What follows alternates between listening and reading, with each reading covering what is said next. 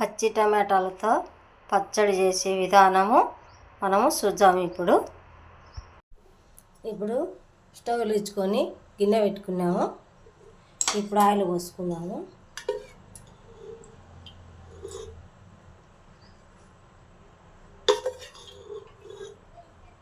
రెండు స్పూన్లు ఆయిల్ వేసినాను.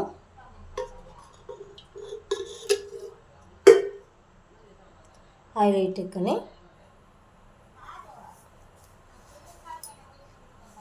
ఇప్పుడు కొన్ని మిరపకాయలు, ఒక 4 పచ్చిమిరపకాయలు తుంచి వేసుకున్నాను.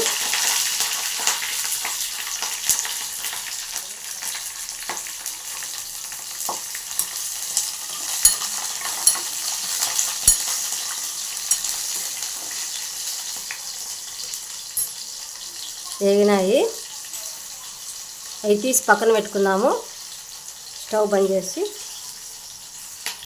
ఇప్పుడు అదే ఆయిల్లో ఒక స్పూను ధనియాలు వేసుకుందాము.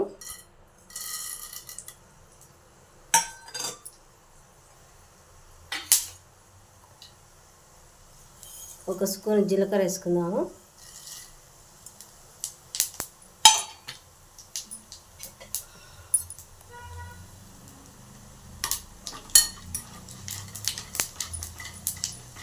అవి చిటపట బాగా వేగినాయి కదా, వట్టి మిరపకాయని దీంతో ఇప్పుడు మనము తరిగి పెట్టుకున్న పచ్చి టమాటాలు వేసుకున్నాము.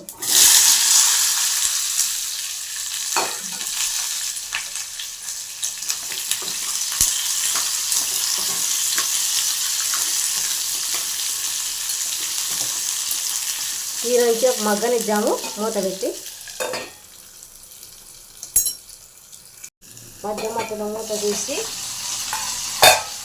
మనము కలుపుకున్నాము.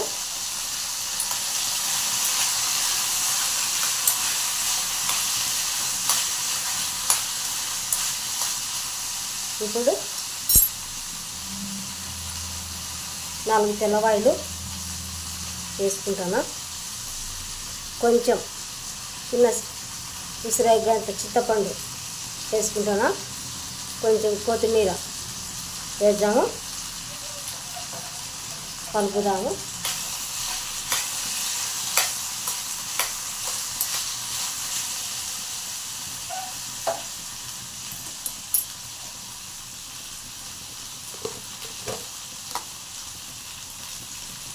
కొంచెం పసుపు వేసుకుందాము.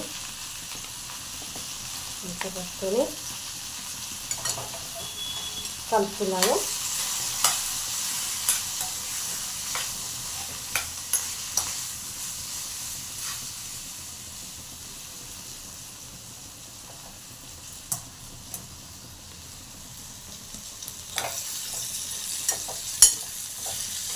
అంతా కలుపుకున్నాము.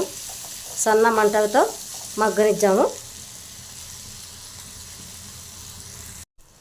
ఇప్పుడు ఇదంతా మగ్గిపోయింది. స్టవ్ బంద్ చేసి ఈ చల్లార్చినాక మిక్సీకి వేద్దాము.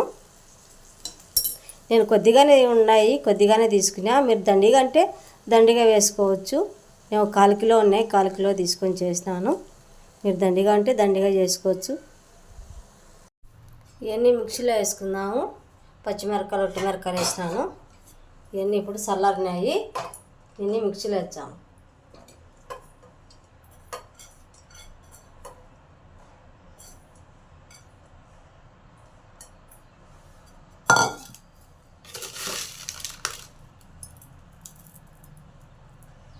రుచి తగ్గ ఉప్పు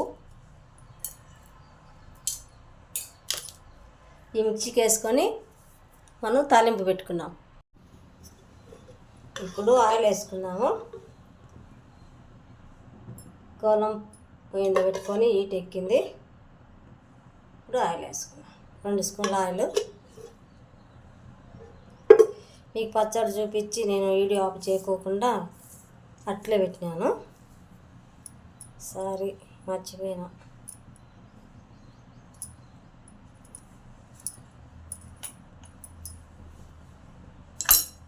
ఇప్పుడు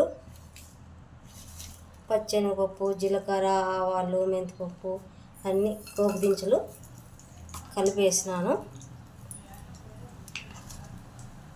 ఇప్పుడు వట్టిమిరపకాయ,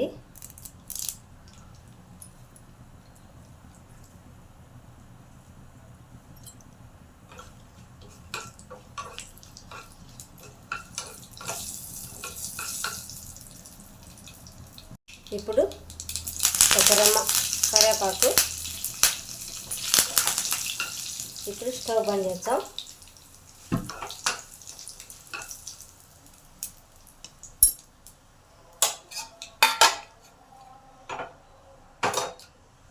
ఇప్పుడు కోపు ఈ పచ్చళ్ళలో వేసుకుందాం.